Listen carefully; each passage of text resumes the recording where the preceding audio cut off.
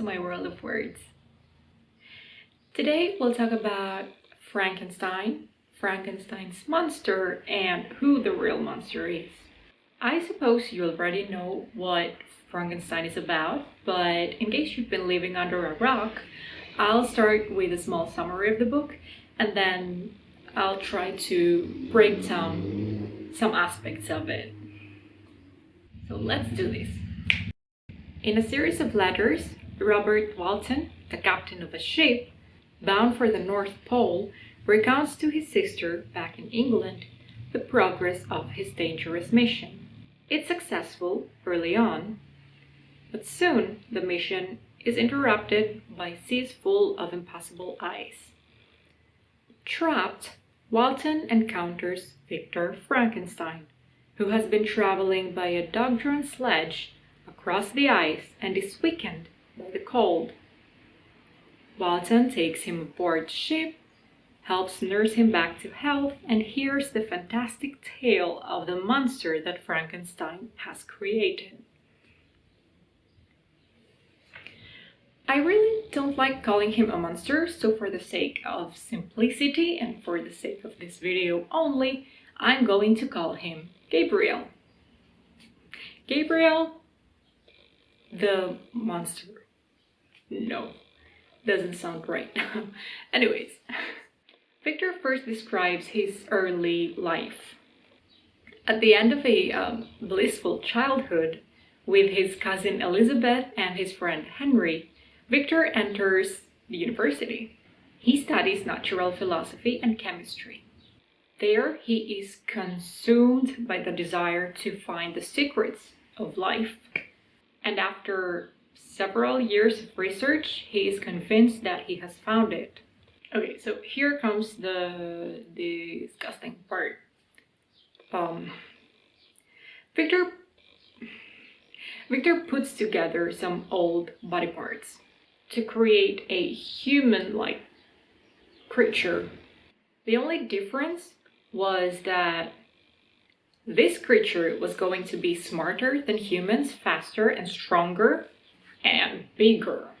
One night, Victor brings his creation to life.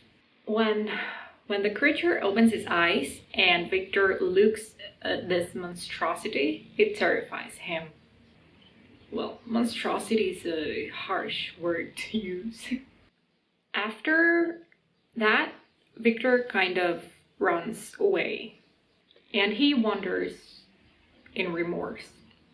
So he runs onto his friend Henry, and he offers to take him into his apartment.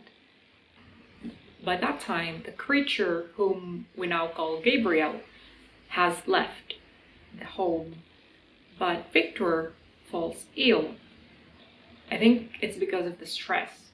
Sickened by his horrific deed, he prepares to go back home, to his family and to health. Just before departing though, he receives a letter from his father, informing him that his younger brother William has been murdered, and Victor then hurries home. While passing through the forest where William was murdered, he catches a glimpse of Gabriel and assumes that Gabriel was the one who killed William. For whatever reason. I really don't know how he came to that conclusion. Talk about prejudice. Just because Gabriel was ugly, he assumed that he was the one who killed his brother. Justine is a kind girl who had been adopted by the Frankensteins a long time ago. Victor finds out that she was accused for the murder of William. She is tried, condemned, and executed. Because she's a woman? I don't know. Even though everyone believes she's innocent. Victor now feels guilty because he believes that Gabriel was the real murderer, and now two people are dead because of him, both William and Justine. But again, all is innocent until proven guilty, so I don't know what's this obsession with Gabriel. I mean, Even though the fact that Gabriel confessed in the end to killing William and framing Justine at the same time, that doesn't make it okay to assume he had done it without proof just because he's ugly. I don't know if that makes sense. Victor then takes a vacation to the mountains to release the stress, to ease the pain and the grief. While he's alone one day, Gabriel approaches him. And the creation meets the creator. That's when he admits to the murder of William and begs Victor for understanding. He was lonely and shunned and admits that he struck at William in a desperate attempt to hurt Victor, the creator, the cruel creator.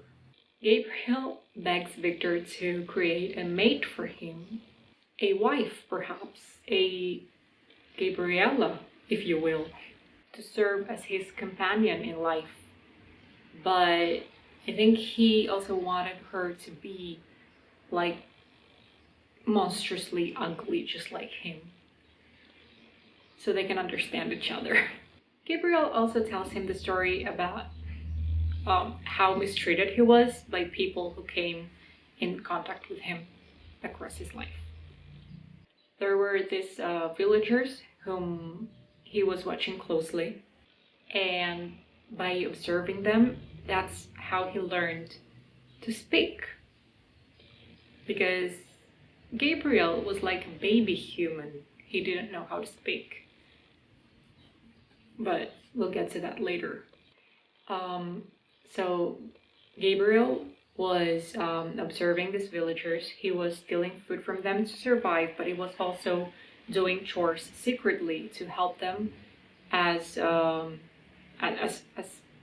thank them. The old man in the family was blind, so he decided to approach him one day that the rest of the family was away. He chose the old man because a blind man could never judge someone by the way they looked. So one day, when he was alone, Gabriel approached him. And it was going pretty well until the old man's son came in. And wouldn't you know it, he ruined everything. And he chased Gabriel away. I found to be a very touching story.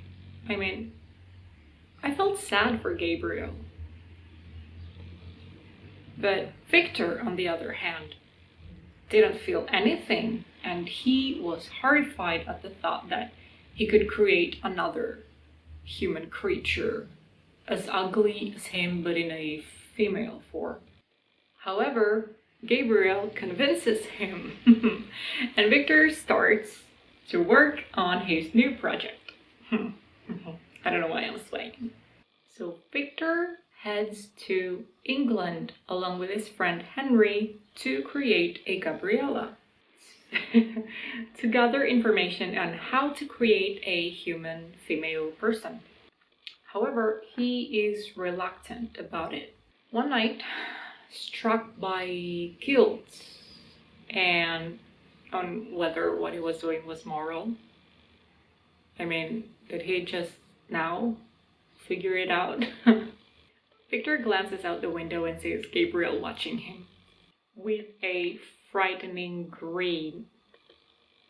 Okay, so I was rooting for Gabriel the whole story, and now he's being creepy. Okay, just saying. So Victor looks at Gabriel, and then he glares at Gabriella as he's thinking about the consequences of his work. So he decides to destroy this new creation. And obviously Gabriel is enraged. He vows revenge and swears that he will be with Victor on his wedding night. Anyway, so the next part doesn't really matter. I mean, Henry is found dead and Victor is accused for his death and blah blah, we don't care. Fast forward, Victor marries Elizabeth, his cousin. But that's a different story. So in his wedding night, he fears that Gabriel would appear to murder him as he had sworn. To be cautious, he sends Elizabeth away to wait for him. And as he waits for Gabriel for the final encounter, he hears Elizabeth screaming. And that's when he realizes that Gabriel had been hinting on murdering his wife, not him. It doesn't take a genius to figure it out, but Victor has been dumb and mean in this whole book, so whatever. Victor's dad dies from guilt or sadness or whatever, just stress, too much stress. And Victor vows to devote his entire life, the rest of his life, to finding the creature and getting revenge for all the loved ones he's lost. So we know then that Victor met Gabriel in the ice thing, where Walton has now found Victor, but the ice broke and somehow they lost each other. So now we're at the point where we're back to Walton's letters to his sister, and we see the rest of the story through Walton instead of Victor. Victor is already ill when they find him, and shortly after that, he dies. So several days later, after his death, Walton goes to the room where they kept his body because they couldn't bury him in the ice, obviously. So he goes to the room and he sees a monster hovering over the dead body. Okay, not nice, Walton. Not nice. Why so judgmental? Gabriel has feelings. You don't need to call him a monster. Seriously. Gabriel talks to Walton and tells him about this immense solitude, all the suffering and the hatred and the remorse. He explains that now that his creator has died, he too can die. So he departs and heads for the ice to die a slow and painful death. Poor Gabriel.